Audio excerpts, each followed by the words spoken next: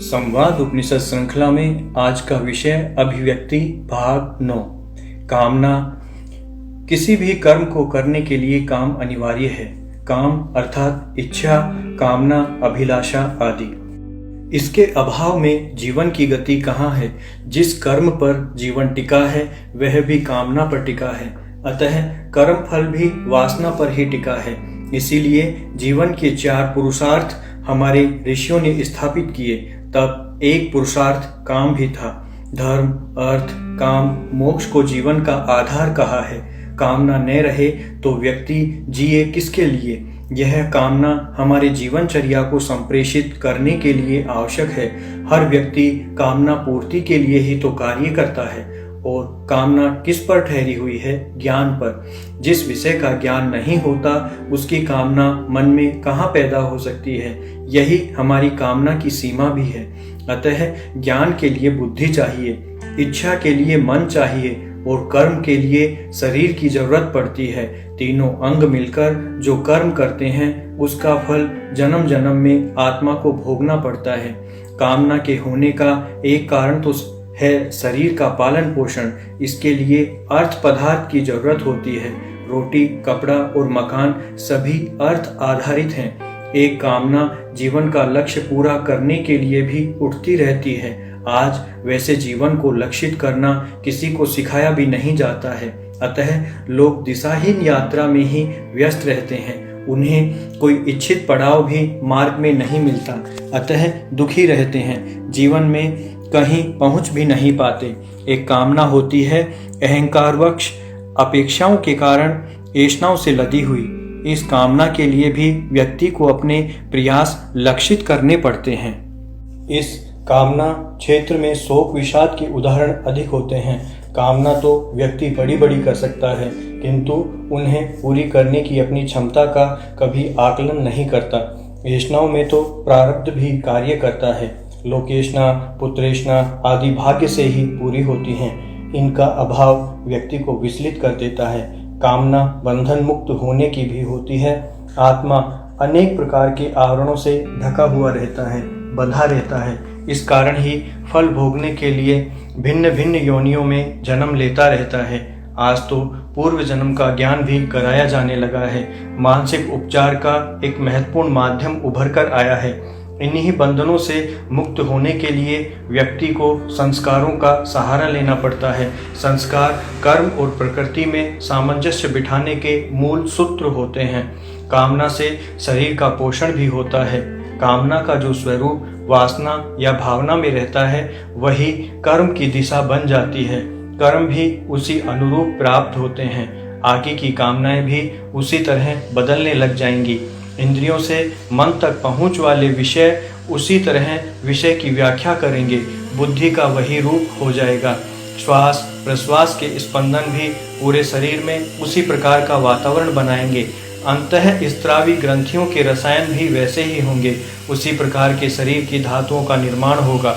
कामना का स्वरूप इस बात पर भी निर्भर करता है कि आपके मन का पोषण किस प्रकार के अन्न से होता है। कहते हैं जैसा खावे अन्न वैसा होवे मन। मन ही तो कामना है, मन ही परिणाम है। फिर नई कामना, फिर नया मन। मन कोई स्थायी अंग रूप नहीं लेता।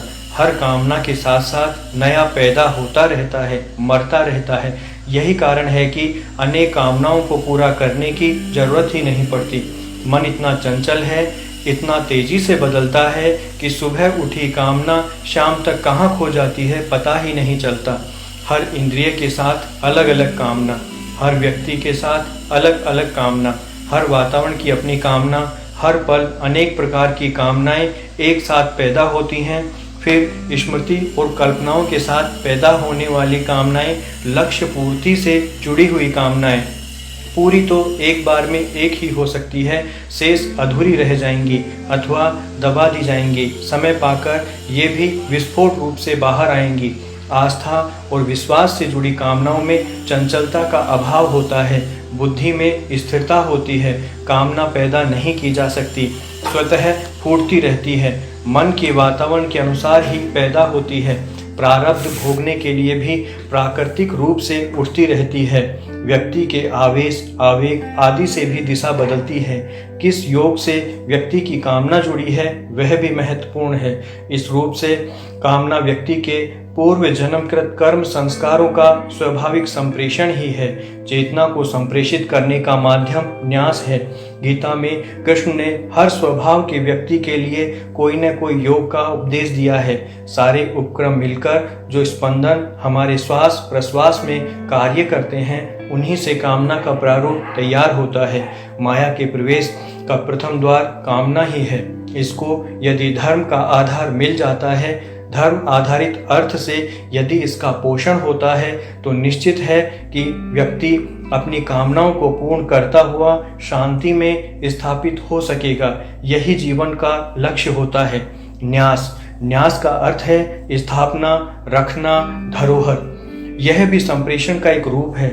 अलग अलग परिप्रेक्ष्य में न्यास का स्वरूप भी अलग अलग होता है। उपासना में न्यास का अलग अर्थ होता है। यम, नियम, प्रत्याहार की तरह न्यास भी उपासना का सोपान है। जबकि साधक स्वयं अपने इष्ट में रखने की कोशिश करता है अथवा इष्ट को स्वयं में स्थापित करने का प्रयास करता है। हमारे शास्त्र कहते हैं, शरीर के प्रत्यंग में वर्ण मातृका का आवास है। बीजाक्षर का न्यास स्थापना उन वर्णों की शक्ति को जगा देता है। हमारी आश्रम व्यवस्था ही कुछ ऐसी है कि जीवन को अपने आप समय के साथ ढालती जाती है। केवल इसके प्रति जागरूक रहने की आवश्यकता है। ब्रह्मचर्य, गृहस्थ और वानप्रस्थ के बाद अंत में व्यक्ति जब जीवन के सरोकारों से निवृत्त हो जाता है तो संन्यास आश्रम में प्रवेश कर जाता है। संन्यास का अर्थ ही बताता है कि हर व्यक्ति इस काल में स्वयं को ईश्वर से जोड़ने का प्रयास करे। जीवन में न्यास की भूमिका को सर्वोपरि माने तो हर व्यक्ति ही सन्यासी है। आज अनेक उपासना पद्धतियों में न्यास की प्रक्रिया देखी जा सकती है। शरीर के विभिन्न अंगों में बीजाक्षरों के माध्यम से चेतना का न्यास किया जाता है। प्रत्येक अंग की चेतना विशेष को बीजाक्षरों द्वारा जागृत किया जाता है। इष्ट देवता की स्थापना की जाती है। शरीर का कवच तैयार किया जाता है ताकि उपासना के दौरान अवांछित तत्वों का स्वतः ही प्रतिकार हो सके। यह स्थूल न्यास ही है जो परंपरा बनकर रह गई है। संन्यास में मन ही इष्ट के साथ जोड़ देने का लक्ष्य होता है। इसमें दो मार्ग हैं, एक ज्ञान मार्ग और दूसरा साधारण लोगों के लिए भक्ति मार्ग। ज्ञान मार्ग चिंतन प्रधान है तो भक्ति मार्ग भाव प्रधान। ज्ञान मार्ग में ऊष्मा है तो भक्ति मार्ग में शीतलता। भक्ति मार्ग में गीत, संगीत, कीर्तन और इष्ट से बातें करने के संकेत हैं। अपने निर्मल भावों से ईश्वर को कर्ता मानते हुए सब कुछ उसे अर्पित करते हुए जीने का मार्ग है। ईश्वर को घट घट का वासी मानते हुए स्वयं के भीतर देखा जाता है तो सृष्टि की प्रत्येक रचना में उसका दर्शन किया जाता है। कीर्तन वास्तव में आर्त पुकार है। द्रौपदी, गोपियां, गजेंद्र आदि इसके उदाहरण हैं। इस आर्त पुकार में सर्वात्मना आत्मसमर्पण तो रहता ही है, वातावरण का शोधन भी हो जाता है। मन पर पड़े आवरणों को काटने तथा पुराने कर्मों के बंधनों को काटने के उद्देश्य से भावों को संजोने के लिए कीर्तन किया जाता है। मन में एक सात्विक वातावरण तैयार होता है जो दिन रात व्यक्ति की चर्या पर छाया रहता है। यह वातावरण ही वसुधैव कुटुंबकम की परिभाषा बनाता है। यही व्यक्ति के संन्यास का स्वरूप है। ज्ञान मार्ग कुछ पेचीदा है, अनेक स्वरूपों वाला भी है। अलग अलग पंथ संप्रदाय इसकी अलग अलग व्याख्या करते हैं। तंत्र शास्त्र इसे शिव शक्ति और कुंडलिनी जागरण से जोड़ता है। पहले ईश्वर बनो, फिर ईश्वर की पूजा करो। इसके अनुसार पहले ईश्वर का न्यास अपने मन में होना आवश्यक है, तभी उस मार्ग पर चलना संभव होगा। आगे का मार्ग अपने आप खुलता चला जाता है। मैं ईश्वर का अंश हूँ, ईश्वर मेरे भीतर है, अर्थात मैं स्वयं ईश्वर हूँ, मेरे बाहर ईश्वर नहीं है, भीतर ही है। यही तो ईश्वर के पास बैठने का लक्ष्य है। ईश्वर को स्वयं के भीतर स्थापित कर लेना संकल्प की दृढ़ता के साथ ही संन्यास का लक्ष्य होता है। अपनी जीवन वृत्तियों को निवृत्ति में परिवर्तित करना, कर्म को कर्म मानकर करते चले जाना, इसके बिना संभव नहीं है। सही अर्थों में तो सही संन्यास मोक्ष का पर्याय है। इसे स्पष्ट करते हुए कहा गया है, कर्म कैसा भी हो बंधन कारक होता है। यदि कामना के साथ किया जाए, कर्तव्य मानकर किया जाए, कामना रहित कर्म बंधन कारक नहीं होता। बंधन नहीं होने की स्थिति ही तो मोक्ष है।